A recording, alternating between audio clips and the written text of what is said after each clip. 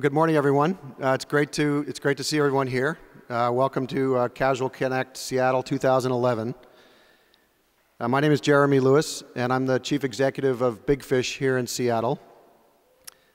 Jessica Tams and the Casual Games Association have asked me to introduce this year's conference and to introduce our keynote speaker, Torsten REIL, whom is really an amazing guy. And I think you're really going to enjoy his presentation. And you'll want to stay through to the very end because every moment of his presentation is really captivating and really fun and interesting and cool. So thank you very much for coming. The Casual Connect series of conferences continues to enjoy really a huge growth. In 2006, just to put it in perspective, this conference here in Seattle had a total of 850 people. In 2010, this same conference in Seattle had 2,000 people. And this year, experiencing more than 25% growth, this conference here in Seattle will serve more than 2,500 of you in the casual games industry. So the growth really has been remarkable. And credit to Jessica Tams and her team at the Casual Games Association, Casual Connect in particular. And if you just join me in giving them a huge round of applause, that would be great.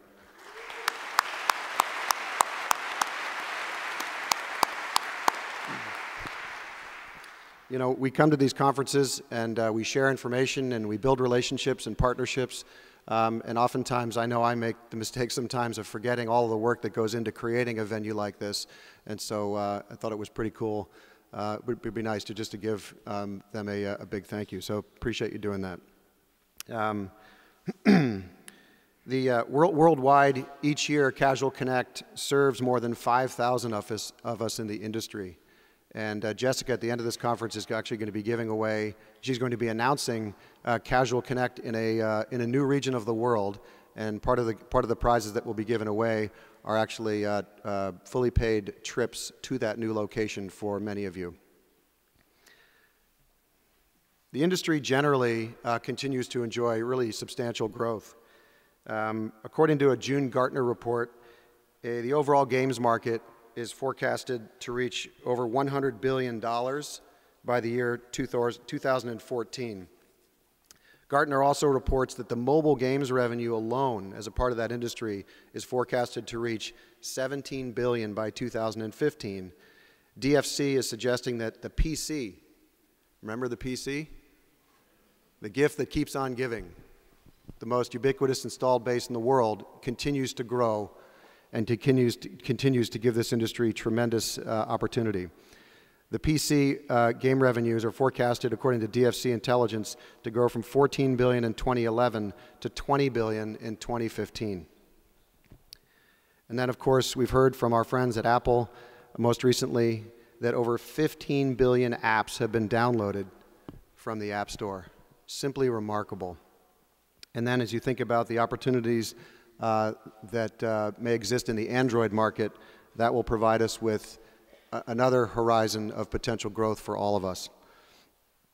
Casual games in particular are fun, they're relaxing, they're played individually, they're played in groups. They give people things, they give people enjoyment that really very few other forms of entertainment can give them. A sense of meditative escape and relaxation and fun and joy. The demand for casual games globally is in such huge demand by the mainstream, so that it appears to me, and this is something I say often at Big Fish, that casual games are the blood that is pumping the heart of just about every digital domain on the earth. Every new platform, every new channel, every new digital experience seems to be being driven by the blood flow of casual games. In fact, to such a degree, I don't know if you're familiar with Maslow's hierarchy of needs, but in the spirit of a little lightheartedness, Maslow's hierarchy of needs is a theory in psychology proposed by Abraham Maslow in a 1943 paper entitled A Theory of Human Motivation.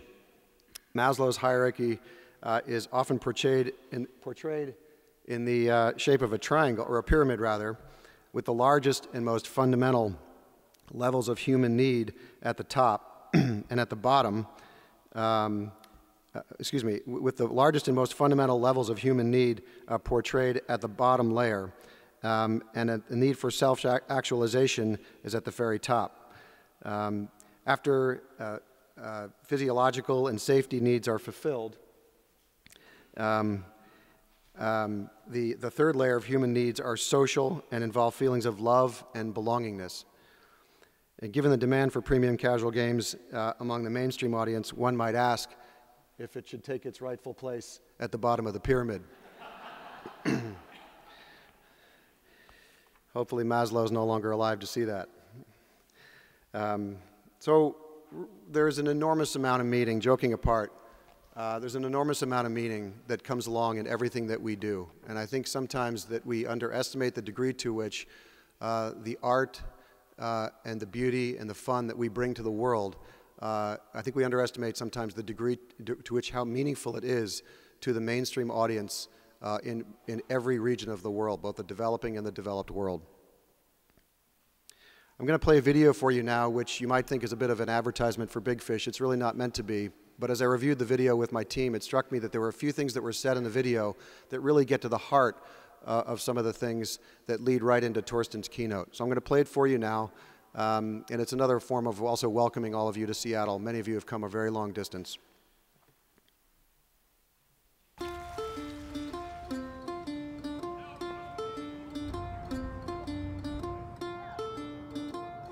Big Fish Studios is in Seattle because it's a beautiful place to live and it's a hotbed of game development. It's a perfect combination of people, culture, and technology. Game developers, game artists, game designers. Big Fish Studios is special primarily because of the people who work here. When you have people that are really good at what they do, and then you put them in a culture that allows them to really collaborate and come up with their own solutions. It's an environment conducive to creativity. It's absolutely amazing. It's everything coming together. It's the design, it's the art, it's people looking forward into the future. Making great games for the mainstream is not always an easy task, even if we make it look effortless.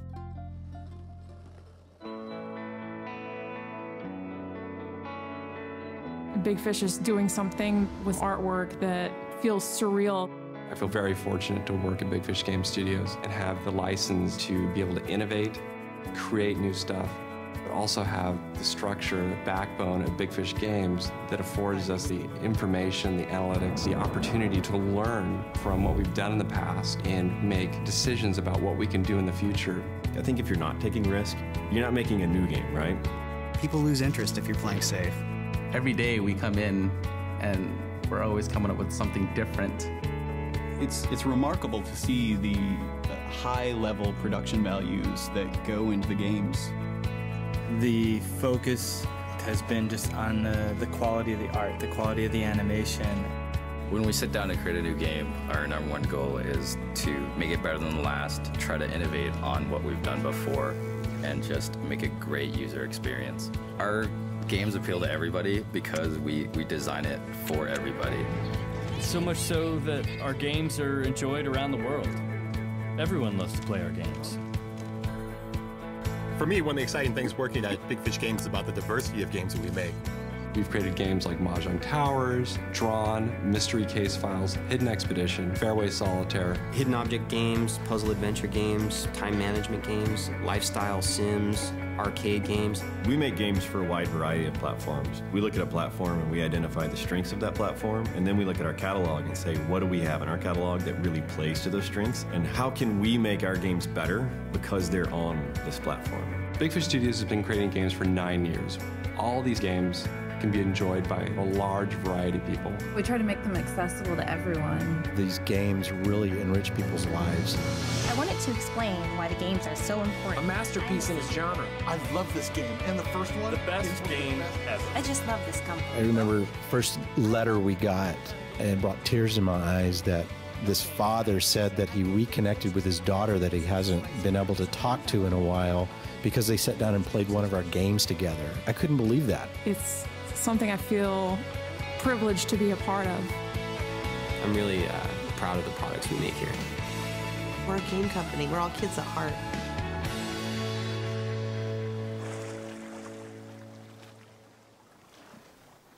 So there were a couple of things that were said in that video that I thought were pretty inspiring and a reminder of what we do every day. First of all, we've had the privilege of distributing hundreds and hundreds and hundreds and thousands of your games to millions of customers worldwide. And so it's on the part of all of us here that we've been able to build our business. But one of the things that we really recognize is just how meaningful it is for our customers to play a great game. Now, designing and building and making a great game is super easy to say. Addressing the mainstream market are words that are easy to say, but both of those things are exceptionally hard to do. And I think you all appreciate that. Last year at the keynote, Ed Viesturs was here, and it was really a year of first because we decided to bring someone in who wasn't from the industry to come and present to us. He had just written a book called No Shortcuts to the Top. Which is, I think, very reminiscent of some of the messages that were just articulated in that video. Ed read a book. His name was Ed Viesturs. This is him climbing K2, and that's Everest in the background, which he climbed actually 8 days after he got to the top of K2. Here he's climbing alone. He's climbing without oxygen, and he's climbing in his own way. He had his own vision. And he grew up in the Midwest. He read a book called Annapurna, written by Moritz Herzog. And living in the Midwest, where there aren't many mountains, he was so inspired by the book that he decided that he was going to become a pioneer in high-altitude mountaineering. In over a multiple-year period of time, he accomplished what very, very few, no other Americans and very few people on the earth have accomplished. He took risk. He had a vision. And he accomplished his goal of climbing the 14 highest peaks in the world without oxygen and alone, and he was never injured. It's pretty remarkable. Which really turns our attention to this year's keynote. Torsten REIL was 19 years old. He had been drafted to the military in Germany. Until 1 month ago, actually this year, every male in Germany was required to spend at least a year in the military. That is no longer the case, but when Torsten was growing up, it certainly was the case. And while he was in the military, he was miserably bored and was trying to avoid being shot by his friends who were training with him.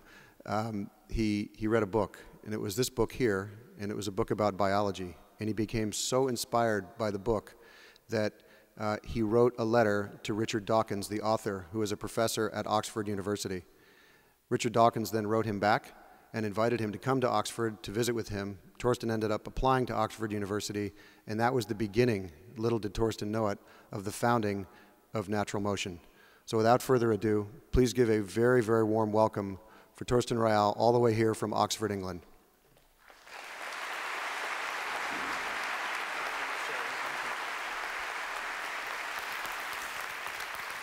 Good morning, everyone. It's actually quite funny to see that cover on the screen here, because it brings back a lot of memories of, as Jeremy was saying, me being in the army, being quite bored, cleaning a lot of rifles, and having a lot of time to read. And really what I found inspiring about this book was the way that Richard Dawkins was looking at biology as an algorithm, as something that you can understand and something that you can potentially simulate on a computer. And I found that incredibly inspiring and decided to study biology, which is something I hadn't done at school before, but really wanted to do at this point. And really, one of the things that really inspired me was the idea that you could have these really simple simulations, and you see one of them here on the screen, Richard Dawkins' biomorphs, and create things that started to look a little bit like real biological systems, like real animals. You can see some things here that look a little bit like a scorpion, for example, or a fox. I mean, you've got to use your imagination a little bit, but you probably get the idea. And these were all little creatures that were evolved using a computer version of evolution. And that's what inspired me. And after I did my first degree in biology, I started a PhD to look into how I can simulate biological systems. And that's really how, I guess, the journey towards NaturalMotion, towards what we're doing right now, started. And really what I was interested in was animal locomotion. How do animals and humans walk, for example? What do the biomechanics look like? What do the muscles look like? And most importantly, what does the nervous system look like in biology that can simulate and that can create something like walking? So I started writing very simple simulations, and you can see a very simple stick figure here that I tried to make walk like a human. Back then, computers were very slow, so it took a long time to simulate this. It took about 8 hours to run this overnight. And I expected to come up with something at the end of it in the morning that looked like human walking. But instead, it looked something like this. So it was pretty rubbish, basically. It's kind of a Monty Python City Walk style of walk. So it was back to the drawing board at this point, and really it turned out that I had to spend a lot more time understanding the biomechanics of the body. First of all, you needed to create something that wanted to be controlled, rather than something that you could force a controller, a nervous system onto. And one of the very simple things is that you can create something that has free swinging legs, for example, so you don't have to control the lower part of the leg anymore. If you construct it properly, it swings naturally, and that's how we walk. So that was a big first step. The other one was to really spend time on these artificial evolution routines that were already used in Richard Dawkins' book, but that we had to develop for these simulations to really allow these creatures themselves essentially to learn how to walk. So that was the second part, and the third part was to spend a lot more time on the actual nervous system and on the neural networks that simulated these creatures. And eventually we got this to work, and we ending up with creatures that were evolving themselves to perform a particular task. And I want to show you an example of that. This is a simple bipedal creature that is evolved to walk over time. You can see this is generation 0 of this process, and again, it's not particularly good at walking. But now after 5 generations of artificial evolution, you see that this guy takes the first few steps. A few more generations, it takes a few more steps still.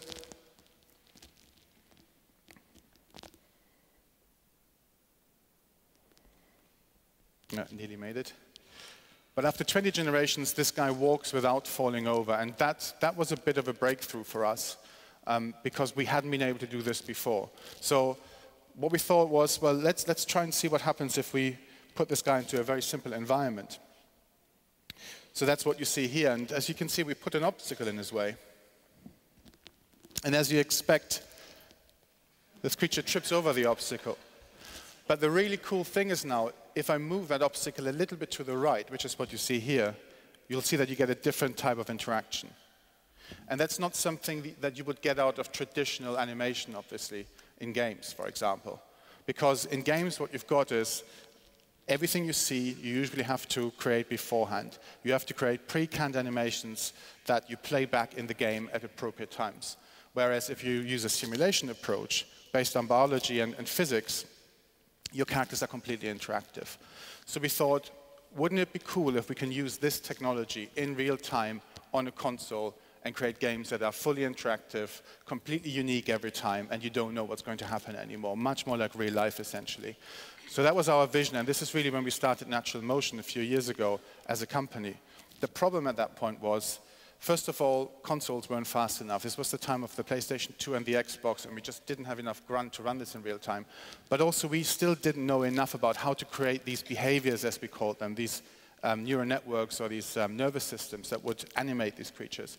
So instead of starting with games, initially we started with visual effects for movies. So the technology first found its applications in movies such as Lord of the Rings, or recently 2012, and in particular to create virtual stuntmen. It's usually used in situations where it's too dangerous to use real people, or it's too difficult to animate them because you need many of them, or it's very hard to actually get the movement right. And I want to show you a couple of examples of how the technology has been used, for example, in commercials. So this here is a commercial for Pepsi, which uses our technology.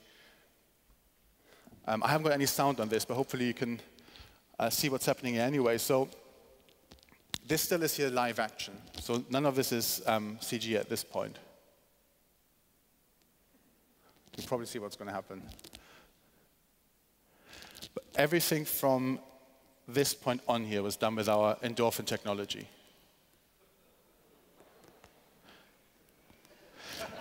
So this is not the kind of thing you want to do with a real stuntman for obvious reasons, if nothing else for insurance reasons. And this is a typical example of how our technology is used. I want to show you another one as well. So here we've got a commercial for Guinness.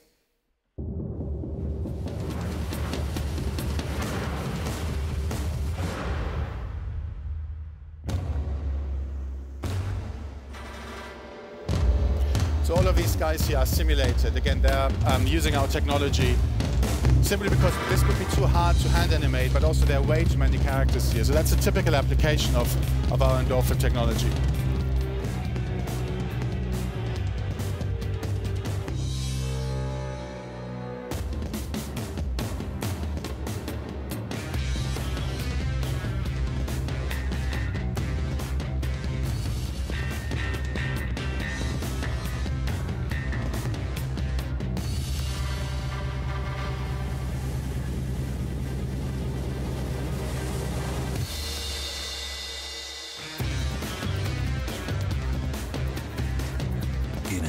It's alive inside. So I feel like a beer now, but so this is something that we've been very proud of. All the visual effects work was a great use of our technology, but we always still had this vision of using this technology in real time in games. We always thought the fully interactive way is really the way the technology should be used. And eventually we managed to get this to work with a product called Euphoria. Euphoria is using our technology in real time on an Xbox 360 and PlayStation 3, which were becoming fast enough at that point.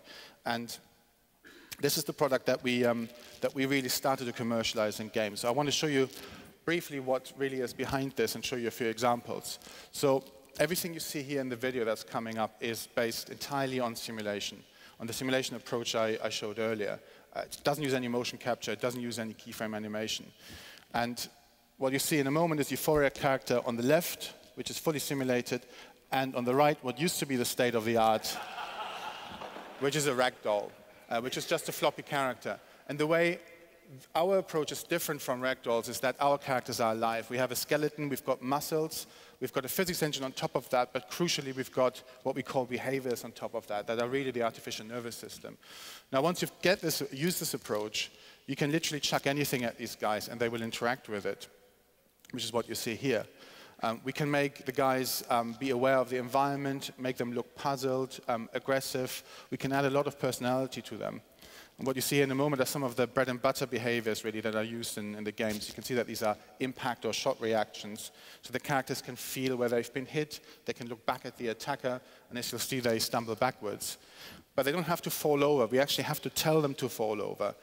The balancing algorithms are so good now that these guys can stay on their two legs and you can kind of push them around and almost tease them a little bit. And they're starting to feel like real people that have their own mind and that are fully autonomous.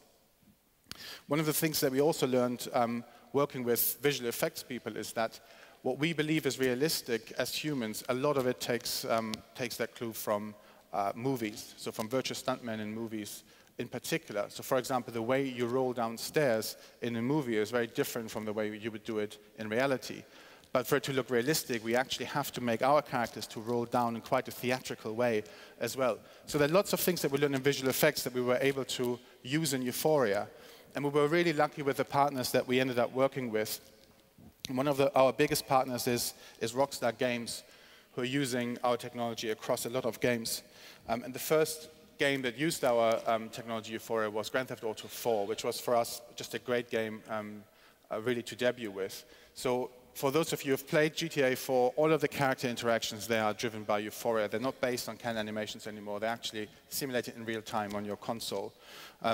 We also worked really closely with LucasArts on their Star Wars games. So here we have the stormtroopers fully simulated, and you could interact with them in a way that wasn't possible before. And then most recently, our technology has been driving the interactions in Red Dead Redemption, which is a game that we are also incredibly proud of to have worked on. Whether it's the humans, whether it's horses, they're all being driven by our technology here.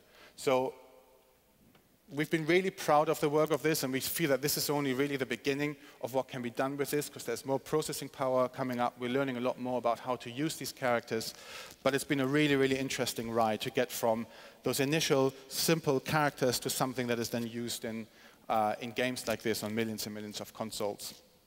But it wasn't always easy, and really this was a very shortened version of the development because the technology was quite challenging to get to work. And for this talk, I looked into some of our archives just to see what happened kind of during the development process. And one of the things that we found was that 2006 was a particularly bad year for our behaviors. We actually had a lot of characters that ended up dancing spontaneously for reasons that I still don't understand exactly. I just want to show you a little bit what this looks like. Let's just get this started.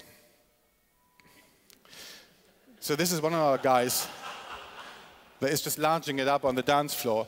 And you can see that the balancing algorithm on the lower body works well, but for some reason the upper body has gone into some weird spontaneous oscillation, which looks somewhat convincing and not too dissimilar from when I'm on the dance floor. But really what we have to do, the only way to stop these guys is to switch them off. We literally have dozens of these videos. I want to show a couple more. Just to show you the kind of style variety that these characters started to develop. That's the elephant impression. That happened quite a lot. Again, don't ask me why. This actually goes on for a long time, so I won't show you all of it. But we also, because the performance was getting better, could have multiple characters exhibiting their different styles. So this is the robot dance. Again, don't ask me how that happened. So we had a lot of fun during those times. It was also slightly tense because we were actually working on a game, and you don't want to have a game like GTA 4 exhibiting behaviors like this. It takes away a little bit from the overall atmosphere. But lots of things happen, and I think throughout the entire development approach, and even now, we're constantly getting surprised because what happens if you use a simulation approach is that things happen that you don't expect. Things happen that are emergent. I want to share one example with you that we actually just captured a couple of weeks ago.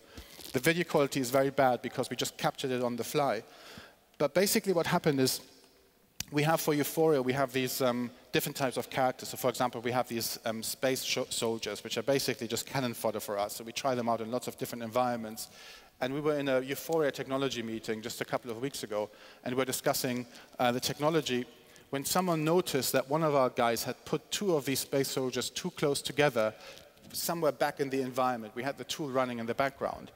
And so we just hit record just to look at what happened. And this is what happened. So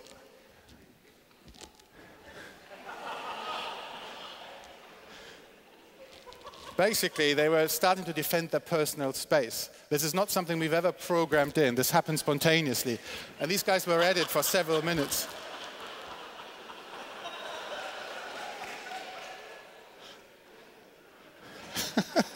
So obviously, they both think they should be on that spot, and the other person shouldn't. But it's funny how this happens, because all this is, it's a combination of our behaviors. They are all working with each other. And we have behaviors in there so that the characters protect themselves. But you get these spontaneous behaviors coming out of it where the characters will start to have a sense of their personal space and try and push other people out of it. And for us, this is incredibly fascinating. And like I said, this is only the beginning of this whole process. But it's a sign for us of what can be done if you use a different approach, taking risks in terms of technology, and really try and push things forward. And that's starting to become really possible more so than ever, and it's something that we're really excited about. So this has always been our main business, games technology. We've been licensing to most of the console publishers in the world right now. But something happened a couple of years ago, and that changed our company fundamentally. And that was the iPhone, which was coming out. We realized at this point that the iPhone was actually fast enough to run our technology in real time. And we thought that was incredibly exciting because we felt that for the first time we might have the ability to use our technology for the mainstream market. We were always really excited about the console and the hardcore market, but we're also extremely excited about bringing really high-end technology to lots of people. So we thought, well, maybe we can create a game ourselves and use our technology to create something maybe that wasn't possible before on these devices. So we created a game called Backbreaker, which came out at the end of 2009. And Backbreaker is a very simple American football game. You run down the field, you try and avoid people tackling you, and you score touchdowns. So we try to keep it as simple as possible, really distill it down to the basics. But at the same time, we threw everything at it that we could on that platform in terms of technology. So we're running our animation technology in there. All the tackles are simulated with our endorphin technology. And on top of that, we really try to push the limits in terms of visuals. And this game ended up doing much better than we expected. We've so far done more than 5.5 million downloads.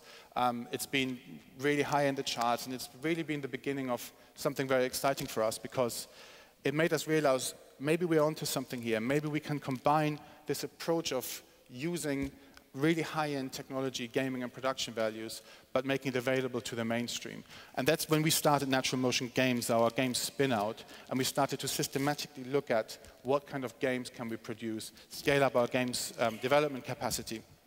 Now I want to show you a couple of games that we've released recently. So after Backbreaker came Backbreaker 2.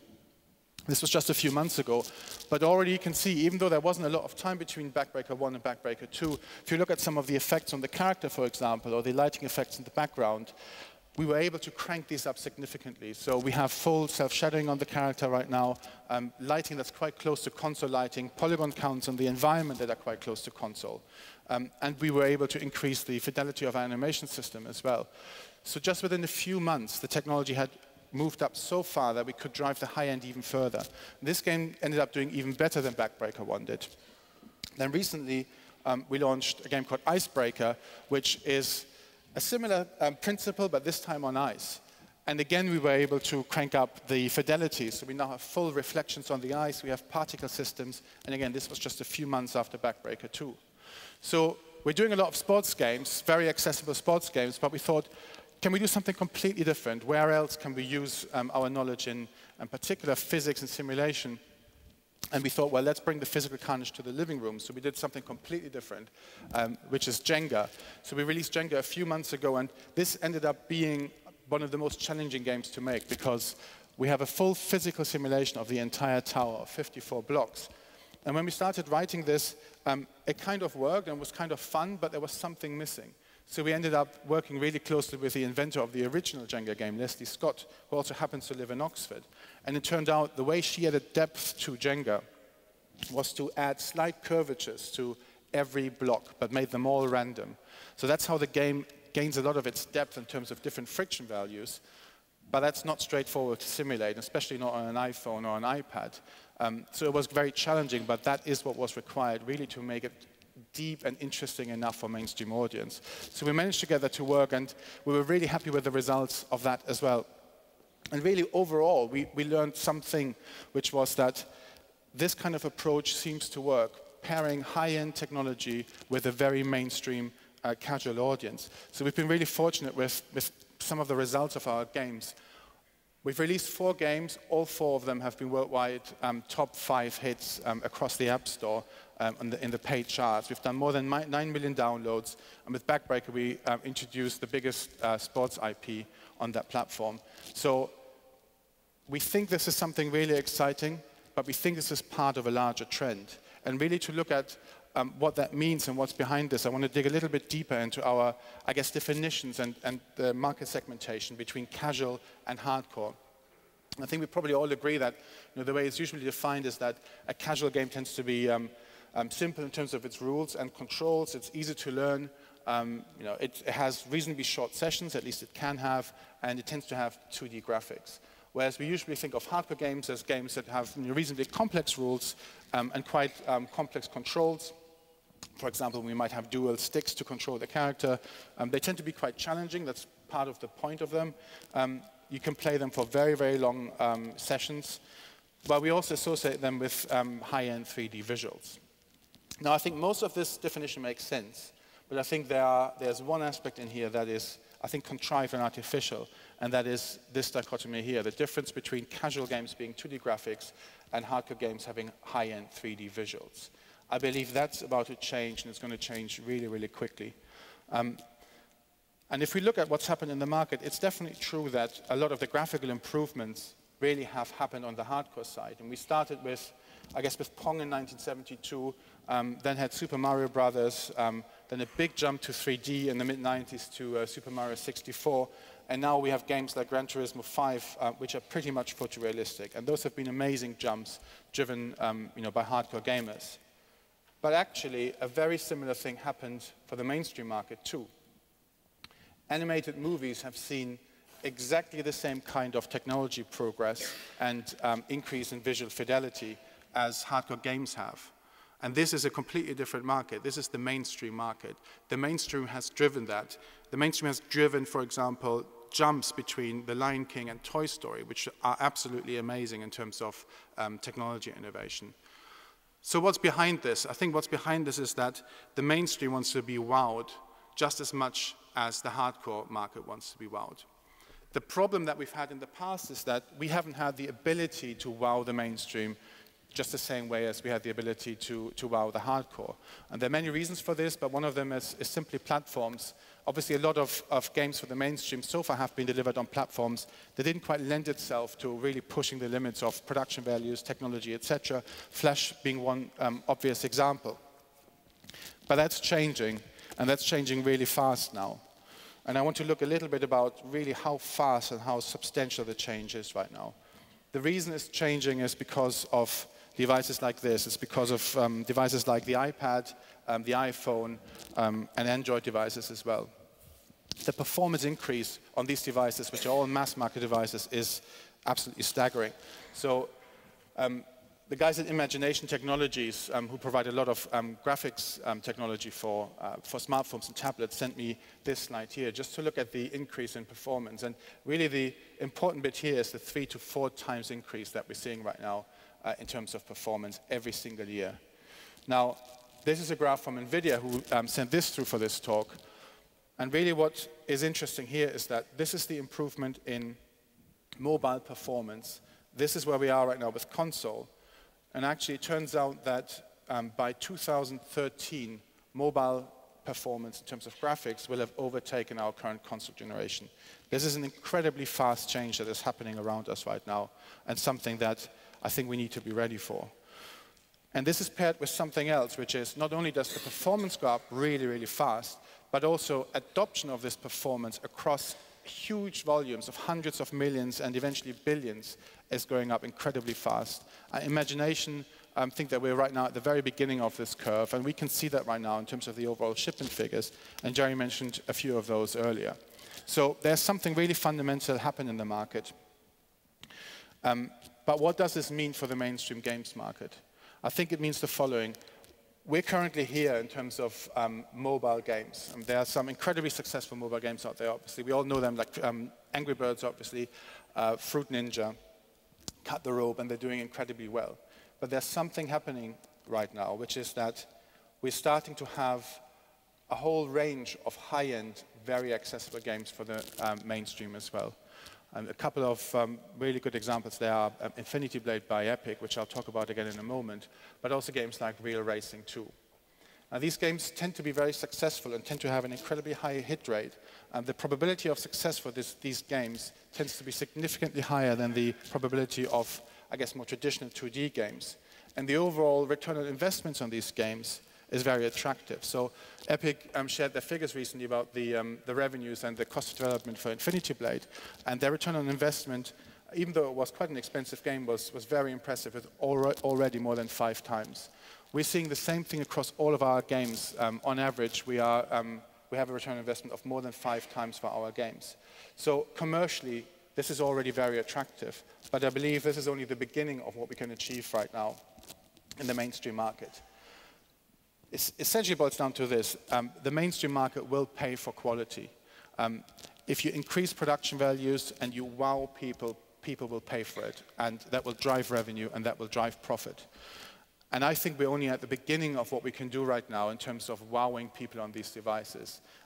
There is a whole range of opportunities now and years of opportunities ahead of us in providing really cool high-end experience to mainstream audience. And that is combined with the fact that unlike consoles, we're not dealing with 100 million customers. We're dealing with more than 1 billion customers eventually for this. So the overall commercial potential is much, much higher and is something that we are incredibly excited about. So what does it take to really take advantage of this right now? We approach it this way. it's all about making deliberate investments now, and it's making them in production, it's making them in technology, and it's all about creating differentiated, high-quality content. It's about creating experiences that are differentiated, that create a barrier to entry for other companies, and that essentially create a moat. Those companies that are able to do this in the next few months and, I guess, year or two are going to be the successful companies, in my opinion. So it's about creating these compelling experiences using high-end production techniques, technology to wow the mainstream. But there's still more to it, obviously. And Jeremy mentioned earlier that it's easy to say that we want to address the mainstream market, but it's actually not that easy to do. And that's certainly something we have found.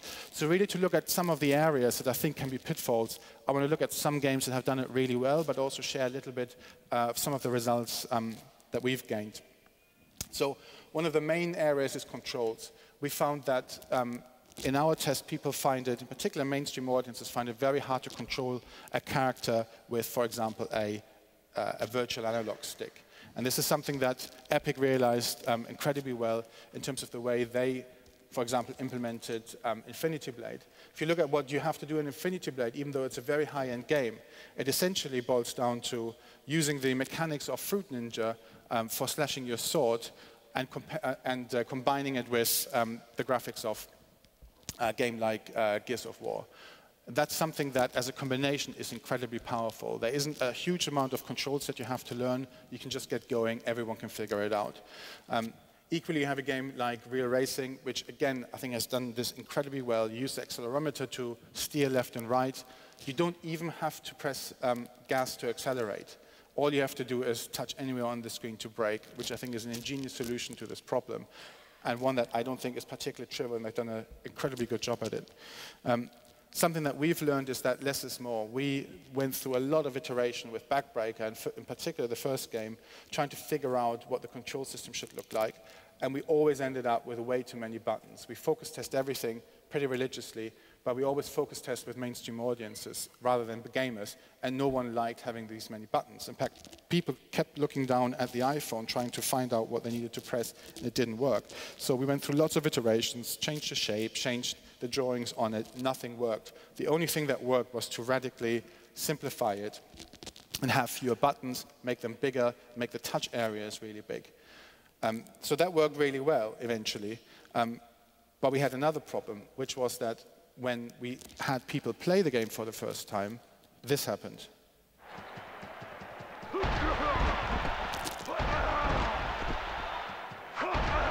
Basically, people got taken down all the time.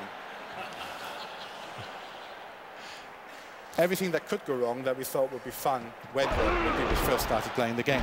Because they were figuring out the controls, they were trying to see what they needed to do.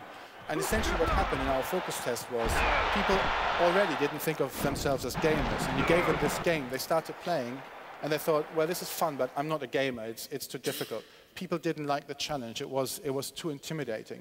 So what we had to do was make the game easier and easier and easier at the beginning. And that's something that we found very painful, and our designers found really painful and very counterintuitive, to a point where it was almost so easy that we thought it wasn't fun.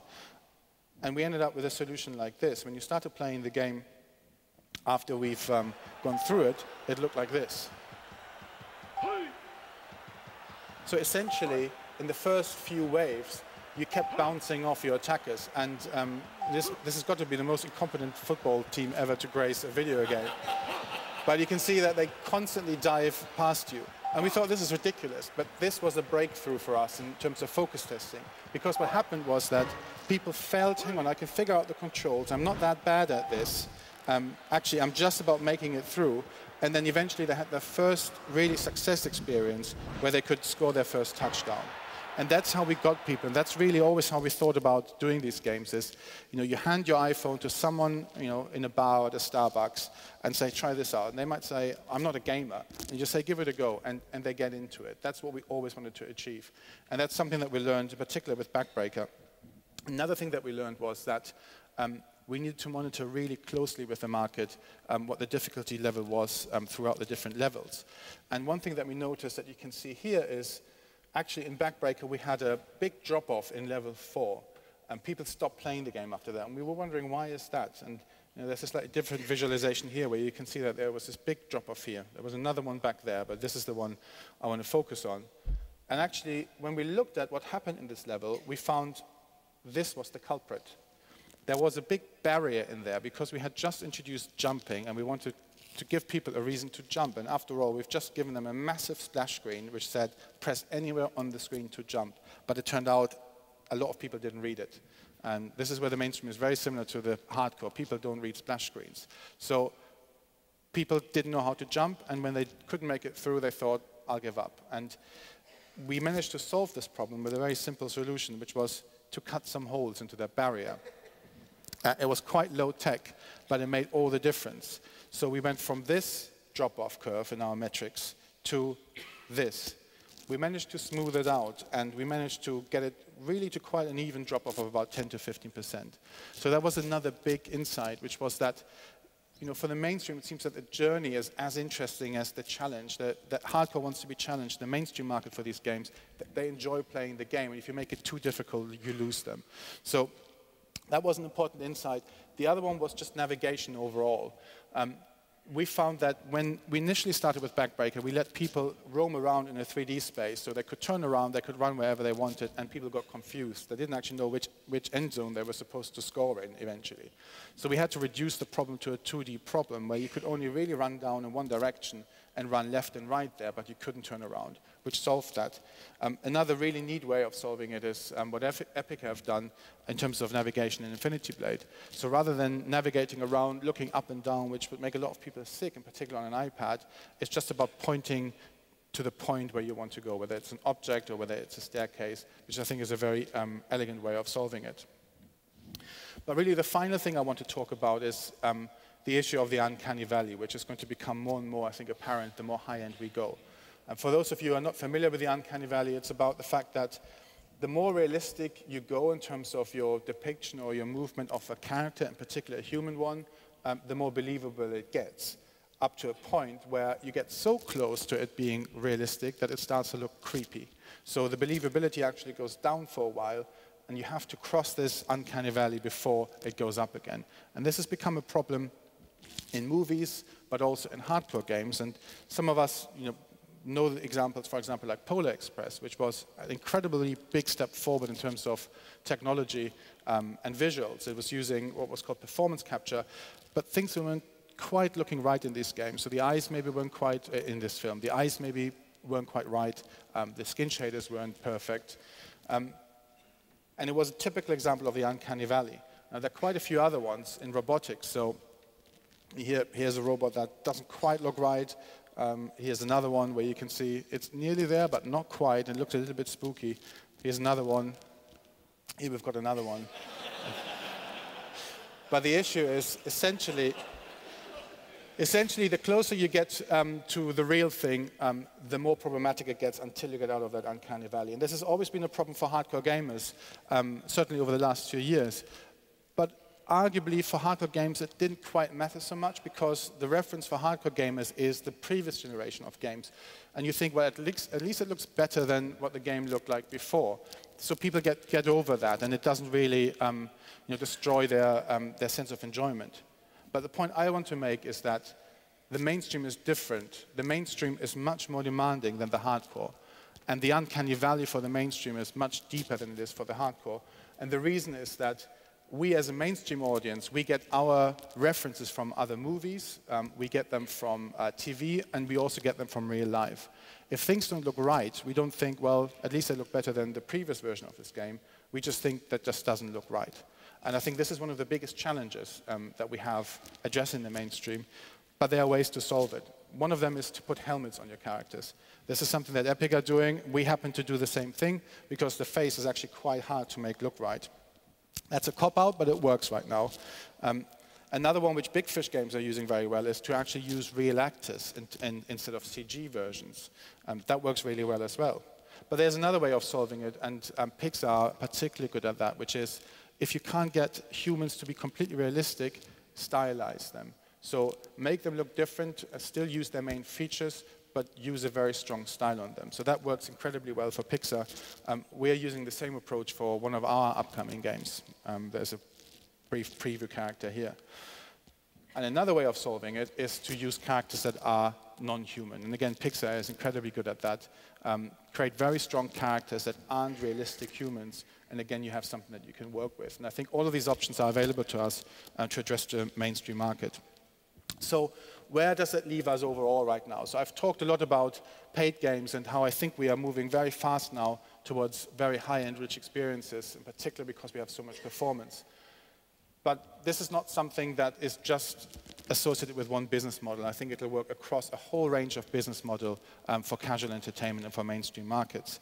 And one of the ones that is incredibly going to be benefiting from this is free-to-play. And we all know that free-to-play is becoming the dominant business model right now, certainly on mobile and social. It's moving very fast at the moment, and the most popular free-to-play games are doing already incredible well. Social games like, for example, Top Girl or Tabzu.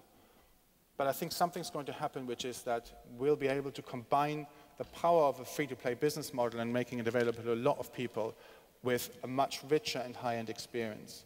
And I want to show you a preview of what we think the vision for that is. So I want to switch to the iPad now and show you a game that's coming up from us, which is called Stable Friends.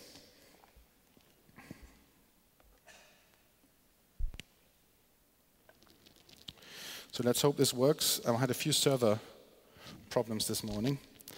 So Stable Friends is all about the experience of owning your own horse, looking after your own horse, taking part in competitions, go riding with friends, etc. Let me see if this is starting.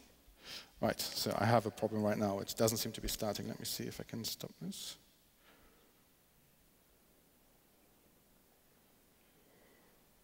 Let's try this again.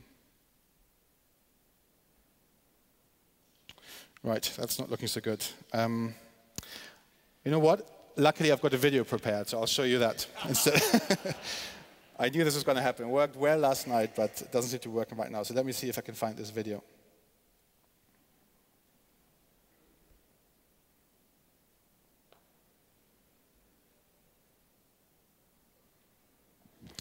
I just need to make my volume back.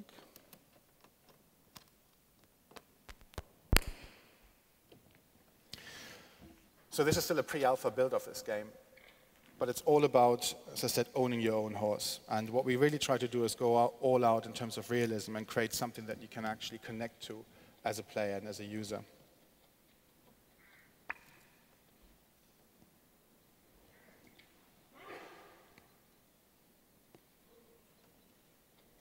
Should have audio on here as well. You can just about hear. If you turn up the audio a little bit, you can probably hear a bit more. So this is all driven by our technology, and you can see that this is a fully interactive horse. We're actually running procedural animation on top of this to make the horse fully interactive. You can feed it a treat, which is what I've done here. Just give it a name.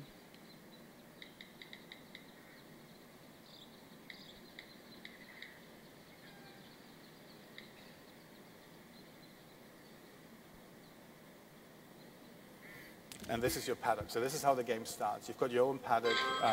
You can grow your paddock. You can buy bigger ones. But one of the cool things that we can do now, because this is such a powerful device, we actually have a whole camera in this game where you can look around as if it was the real world.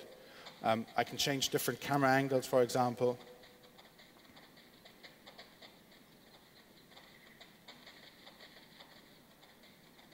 I can zoom in, I can zoom out. But I can also take a picture.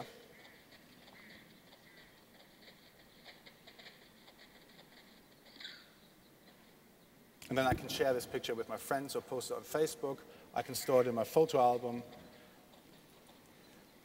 Essentially, we're combining a lot of the ideas from social games with a different kind of high-end experience. It's all about feeling that this is actually your horse, and it's unique and it's real, and you can relate to it. There are lots of things you can do with your horse, obviously. I think I'm just going to cheat here and just level up so that I can unlock everything. magically reach level 13.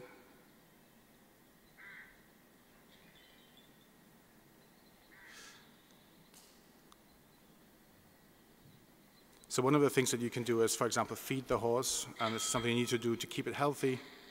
You see that here. And again, we try to keep the control system really simple and make it something that everyone can play and everyone can enjoy. And then you get the payoff. Sometimes the horse doesn't like it, which is always a bit of a setback, but if you mix it well, it likes it. So again, we're trying to use these payoffs to really reward you and make you feel connected to the game. Equally, obviously, you can groom the horse, and we're again going all out in terms of shader technology here to really make it look like your horse is clean afterwards.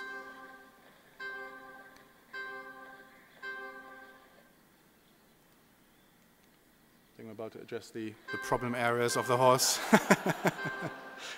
I always feel slightly awkward when I do that. It's really weird, but. And eventually, if you do a really good job, you start earning money, and that's money that you can spend, obviously, on things like tack, saddles, bigger paddocks, etc. And again, I'm leveling up my health as well for my horse. Now, the cool thing is that because we can use procedural textures, we have lots of different horses in here. And every horse, even though we obviously have on the one hand different breeds, even within one breed, every horse will look different. So we're using procedural textures that are generated on the fly, which means that your horse will look different to everyone else's horse, which means that if you post pictures of your horse, it actually means something. It will be your horse, and you will be able to recognize it. So we think that's something that's really cool and that hasn't really been done before on this. And it's about using technology to create something that you can emotionally connect to. So here I've just, I think, bought a new horse.